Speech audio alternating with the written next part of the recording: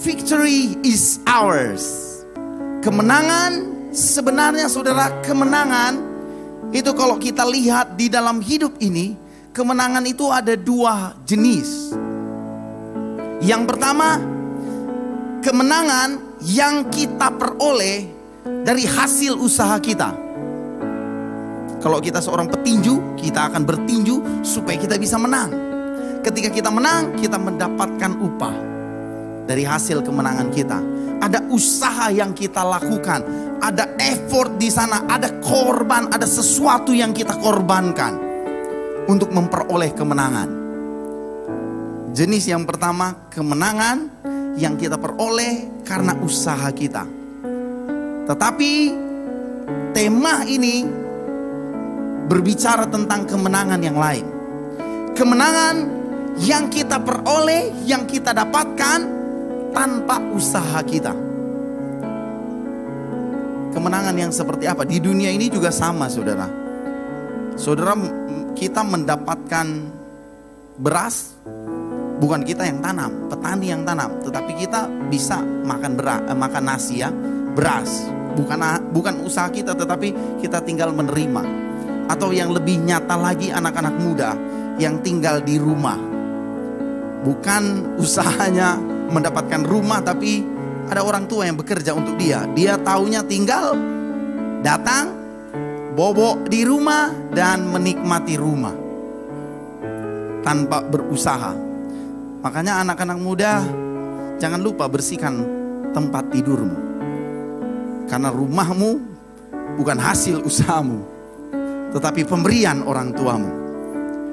Dan victory is ours berbicara tentang kemenangan yang kita peroleh tanpa usaha kita. Kemenangan yang diberikan oleh Tuhan, oleh Yesus sendiri, hasil usaha Yesus di atas kayu salib untuk kita. Diberikan secara cuma-cuma, gratis. Kemenangan milik kita. Dan bukan karena kebaikan kita, karena Agnes melayani Tuhan, maka kemenangan ini buat Agnes khusus. Karena saya orang baik, maka kemenangan ini Tuhan berikan cuman khusus kepada orang baik yang rajin beribadah saja. Tetapi kemenangan ini adalah milik semua orang yang mau percaya kepada Yesus. Yang percaya katakan amin. Mari kita lihat saudara, Roma pasalnya yang ke-8 ayatnya yang ke-31 sampai dengan ayatnya yang ke-39. Roma 8 ayat 31 sampai dengan ayat 39. Sekedar informasi saudara, kemenangan jenis kedua itu tidak bisa dipahami oleh pikiran manusia, pikiran duniawi. Bagi banyak orang, kemenangan harus kita usahakan. Surga harus saya usahakan, nanti ada timbangan ya. Kalau perbuatan baik saya baik, lebih banyak, lebih besar, lebih berat dari perbuatan jahat saya, masuk surga. Benar ya? Itu pikiran dunia. Tetapi kemenangan ini bukan demikian. Kemenangan diberikan, inilah anugerah Tuhan. Inilah spesifikasi khusus dari orang Kristen, orang percaya. Anugerah terbesar dari orang percaya. Kemenangan yang diberikan oleh Yesus Kristus karena perbuatannya di atas kayu salib. Roma 8 ayat 31 sampai dengan ayatnya yang ke-39. Firman Tuhan berkata demikian. Sebab itu, apakah yang akan kita katakan tentang semuanya itu? Tentang semuanya itu, tentang apa yang Yesus lakukan, tentang pemilihan Yesus, tentang penetapan Yesus, tentang kemuliaan yang Yesus berikan secara cuma-cuma untuk kita. Apakah yang akan kita katakan tentang semuanya itu? Jika Allah di pihak kita, siapakah yang akan melawan kita? Ia yang tidak menyayangkan anaknya sendiri, tetapi yang menyerahkannya bagi kita semua. Bagaimanakah mungkin ia tidak mengaruniakan segala sesuatu kepada kita bersama-sama dengan dia? Siapakah yang akan menggugat orang-orang pilihan Allah? Allah yang membenarkan mereka. Siapakah yang akan menghukum mereka? Kristus Yesus yang telah mati. bahkan lebih lagi yang telah bangkit, yang juga duduk di sebelah kanan Allah, yang malah menjadi pembela kita. Siapakah yang akan memisahkan kita dari kasih Kristus? Penindasan atau kesesakan atau penganiayaan atau kelaparan atau ketelanjangan atau bahaya atau pedang. Seperti ada tertulis, oleh karena engkau kami ada dalam bahaya maut sepanjang hari. Kami telah dianggap sebagai domba-domba sembelihan, tetapi dalam semuanya itu kita lebih daripada orang-orang yang menang oleh Dia yang telah mengasihi kita. Sebab aku yakin bahwa baik maut maupun hidup, baik malaikat-malaikat maupun pemerintah-pemerintah, baik yang ada sekarang maupun yang akan datang, atau kuasa-kuasa, baik yang di atas maupun yang di bawah, ataupun sesuatu makhluk lain, tidak akan dapat memisahkan kita dari kasih Allah yang ada dalam Kristus Yesus Tuhan kita. Ini kemenangan yang Yesus berikan. Kemenangan yang tidak bisa digoyahkan. Kemenangan yang tidak bisa dicuri dari kita. Kemenangan yang akan dijaga khusus oleh Tuhan. Bukankah demikian? Kuasa-kuasa Yesus yang membenarkan kita. Siapa yang akan mengambil kita, memisahkan kita dari kuasa? Kasih Kristus yang mengikat kita. Dan Dia bahkan dikatakan menjadi pembela kita. Bukan cuma di dunia ini, sampai di sorga. Pembela ini berbicara tentang Yesus yang menjadi pembela kita di sorga. Yesus yang menjadi pembela kita. Bukan hanya di dunia ini, sampai di sorga. Kemenangan ini tidak akan pernah tergoyahkan. Wow. Saudara bersuka cita karena kemenangan ini? Yang bersuka cita katakan amin. Kalau kita punya pandangan yang benar bahwa keselamatan yang kita peroleh, anugerah dari Tuhan yang tidak akan pernah tergoyahkan, menjadi milik privilege, menjadi milik utuh, sempurna, milik kita, anugerah dari Tuhan, pemberian dari Tuhan, maka kita akan terus menghargai kemenangan ini. Kita akan punya pandangan yang berbeda untuk hidup di dunia ini. Kalau kita tahu bahwa kemenangan yang kita peroleh ini adalah hasil berkat Tuhan, pemberian Tuhan, dan yang kita perlu hanya percaya, menerima kemenangan itu, maka harusnya saudara, kemenangan ini harusnya menggerakkan kita. Kemenangan ini harusnya menggerakkan kita untuk hidup lebih mengasihi Tuhan dan hidup bagi Tuhan. Tanpa upaya kita, tanpa daya kita, tanpa kehebatan kita, kemenangan ini dianugerahkan oleh Tuhan. Efesus pasal yang kedua, ayatnya yang ke-8 dan 9 berkata demikian, saudara. Sebab karena kasih karunia kamu diselamatkan oleh iman. Itu bukan hasil usahamu, tetapi pemberian Allah. Itu bukan hasil pekerjaanmu. Jangan ada orang yang memegahkan diri. Kemenangan diberikan Allah secara cuma-cuma, bukan berdasarkan perbuatan baik, tetapi berdasarkan kasih karunia Allah. Inisiatif Allah sendiri yang ditunjukkan lewat kematian Kristus di atas kayu salib. Kemenangan yang tidak tergoyahkan.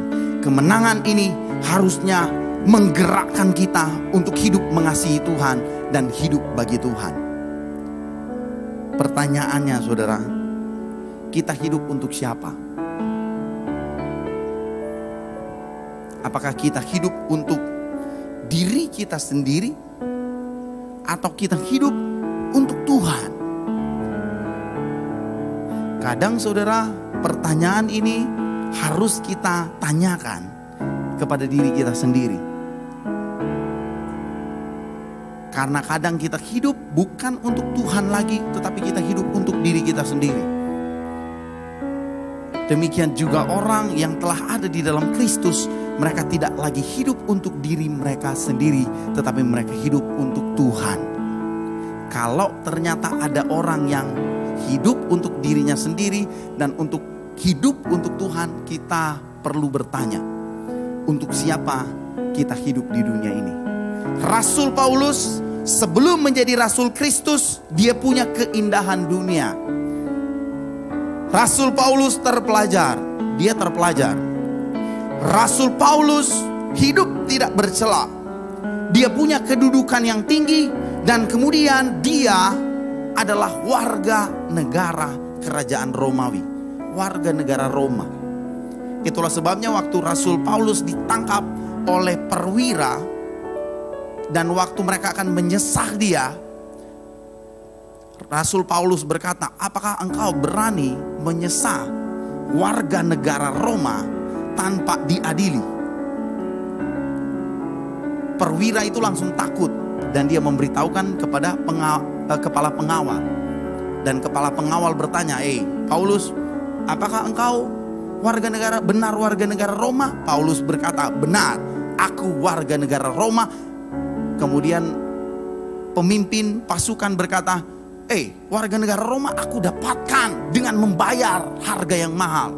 Paulus katakan, aku mendapatkan kewarganegaraanku berasal dari kelahiranku, karena by birth.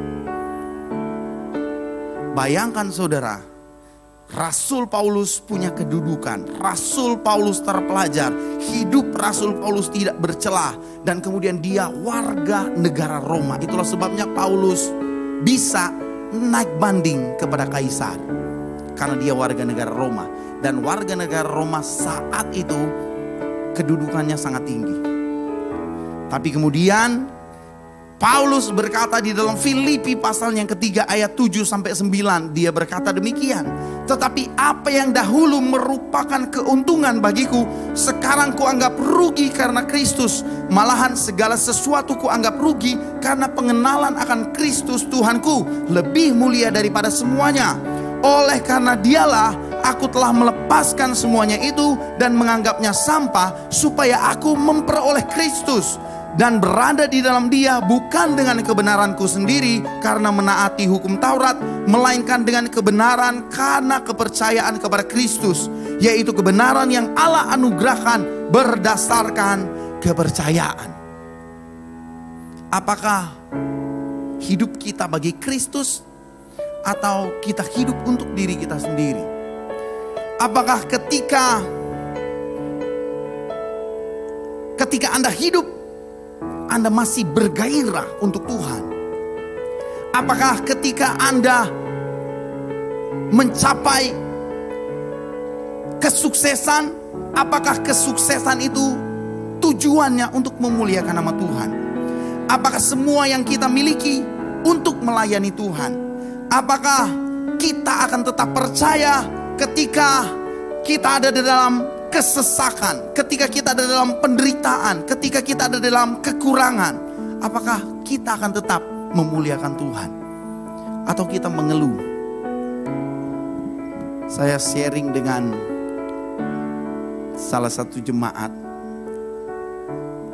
Saya bilang, satu kali saya berdoa sama Tuhan, Tuhan, tolong saya untuk bagian ini.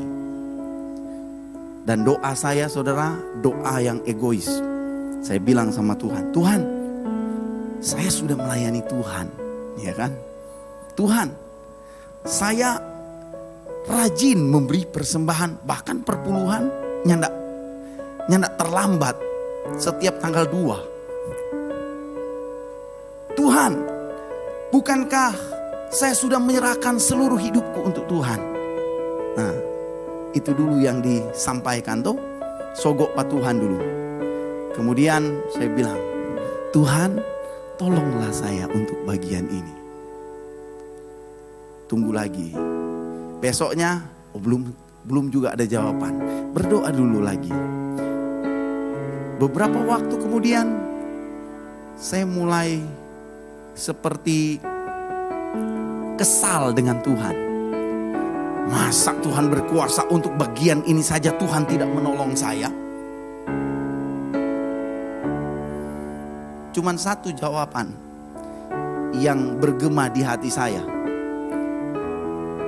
Jawabannya adalah pertanyaan balik. Masa cuman untuk satu ini saja Tuhan tidak jawab? Kamu melupakan ribuan berkat Tuhan yang sudah kamu nikmati. Saya langsung malu. Iya betul ya. Saya cuma satu bagian yang Tuhan tidak lakukan. Doa saya yang tidak dijawab Tuhan. Saya kemudian mulai kesal dengan Tuhan. Tapi saya melupakan begitu banyak berkat Tuhan yang Tuhan berikan bagi saya. Bahkan saya lupa kalau saya punya kemenangan yang tidak tergoyahkan. Punya keselamatan di dalam Tuhan. Saya bilang, Tuhan sorry. Saya hidup untuk diri saya sendiri. Untuk kebutuhan saya. Untuk impian saya. Untuk pencapaian saya. Tapi ternyata saya lupa saya harus hidup untuk Tuhan. Paulus memilih untuk hidup untuk Tuhan. Kita tidak akan pernah dibiarkan ketika kita hidup untuk Tuhan. Ketika Rasul Paulus menulis surat ini kepada jemaat di Roma, jemaat di Roma ada di dalam penindasan. Ketika Rasul Paulus menulis surat ini, pengharapan ini, kemenangan ini di dalam kepada jemaat di Roma. Jemaat di Roma ada di dalam himpitan, dan bukan hanya himpitan dari orang yang tidak percaya, tidak mengenal kebenaran. Mereka dihimpit, ditekan oleh orang-orang Yahudi. Orang-orang yang mengenal Allah, yang mengaku hidupnya benar, tidak bercelah. Orang Yahudi. Mereka menekan orang Roma. Tetapi Paulus menulis kemenangan adalah milik kita. Sekarang mungkin kita hidup, orang dunia lihat atau orang lain lihat. Masa lingana percaya pada Tuhan cuma hidup begitu. Masalah Tuhan gak tolong. Lihat pak kita. Tidak hidup untuk Tuhan tapi tetap enjoy setiap hari. Tapi dia tidak punya kemenangan yang kita miliki. Ingat baik-baik, kemenangan yang tidak pernah akan tergoyahkan. Hidup bagi Kristus. Hidup untuk Tuhan. Bukan hidup berdasarkan keadaanmu saat ini. Galatia ayat yang kedua, pasal 2 ayat 20 berkata demikian. Galatia 2 ayat yang ke-20 berkata demikian. Namun aku hidup, tetapi bukan lagi aku sendiri yang hidup, kata Paulus, melainkan Kristus yang hidup di dalam aku. Dan hidupku yang kuhidupi sekarang di dalam daging adalah hidup oleh iman dalam Anak Allah yang telah mengasihi aku dan menyerahkan dirinya untuk aku. Kalau Anda ada di dalam pergumulan, masalah, tantangan besar di dalam hidupmu, hiduplah bukan berdasarkan daging, kehidupan daging yang kau hidupi sekarang, tetapi berdasarkan karena kasih Allah di dalam kita, karena Allah Yesus telah menyerahkan dirinya untuk kita. Damai sejahtera Allah yang melampaui segala akal akan memelihara hati dan pikiran kita di dalam Yesus Kristus Tuhan kita. Yang kedua saudara, jikalau kita tahu kemenangan yang kita miliki sekarang adalah karena kasih karunia Tuhan dan bukan karena perbuatan kita, maka kemenangan ini harusnya memberikan kita visi dan tujuan yang baru. 1 Petrus 2 ayat 9 dan 10. 1 Petrus 2 ayat 9 dan 10 berkata demikian.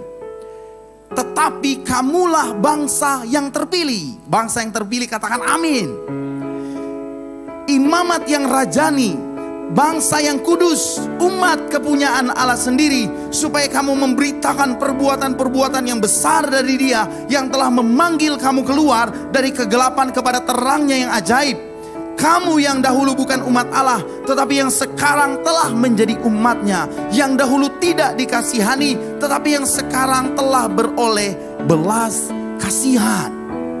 Yesaya 43 ayat 21 berkata, umat yang telah kubentuk bagiku akan memberitakan kemasyuranku.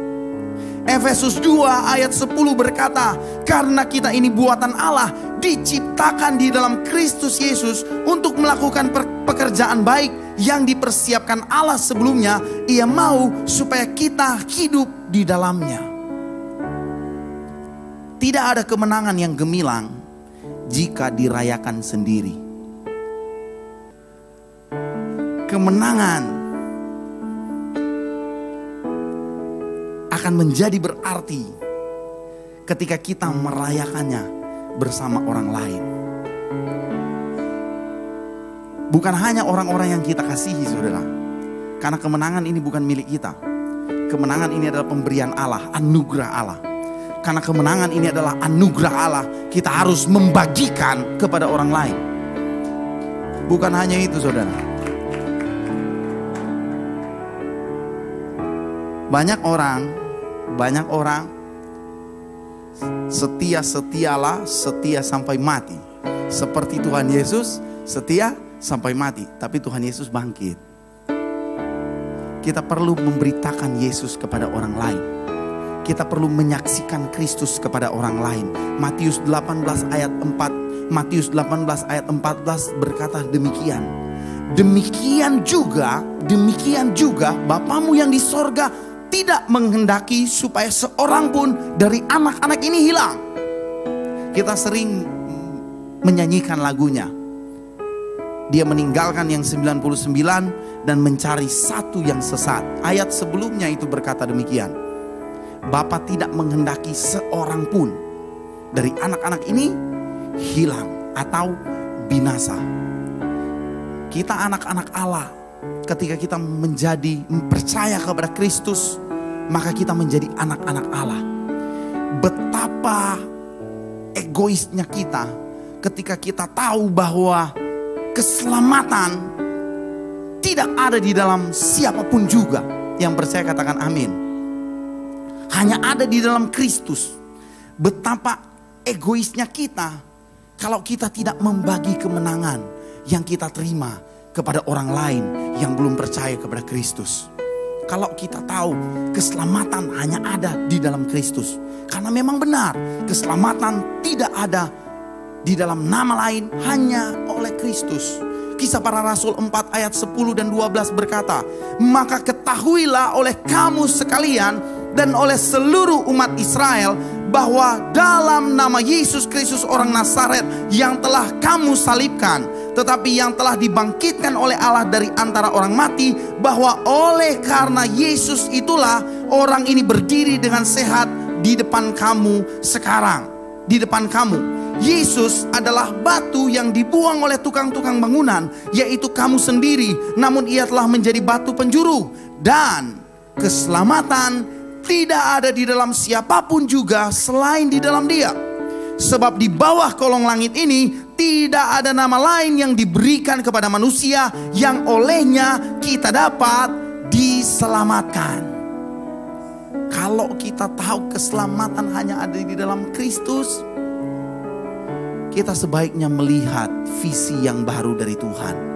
Keselamatan hanya ada di dalam Kristus.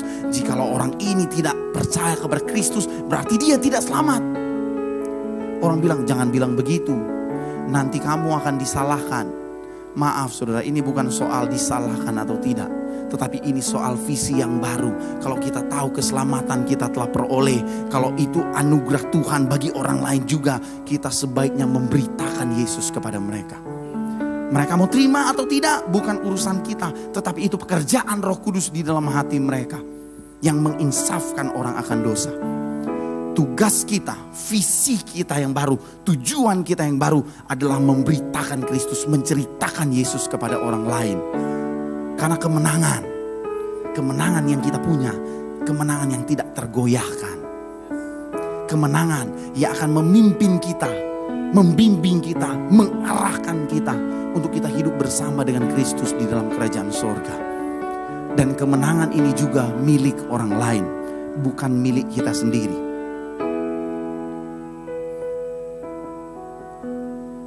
Karena itu pergilah, jadikanlah semua bangsa muridku, dan baptislah mereka dalam nama Bapa dan Anak dan Roh Kudus, dan ajarlah mereka melakukan segala sesuatu yang telah kuperintahkan kepadamu, dan ketahuilah aku menyertai kamu senantiasa sampai kepada akhir zaman.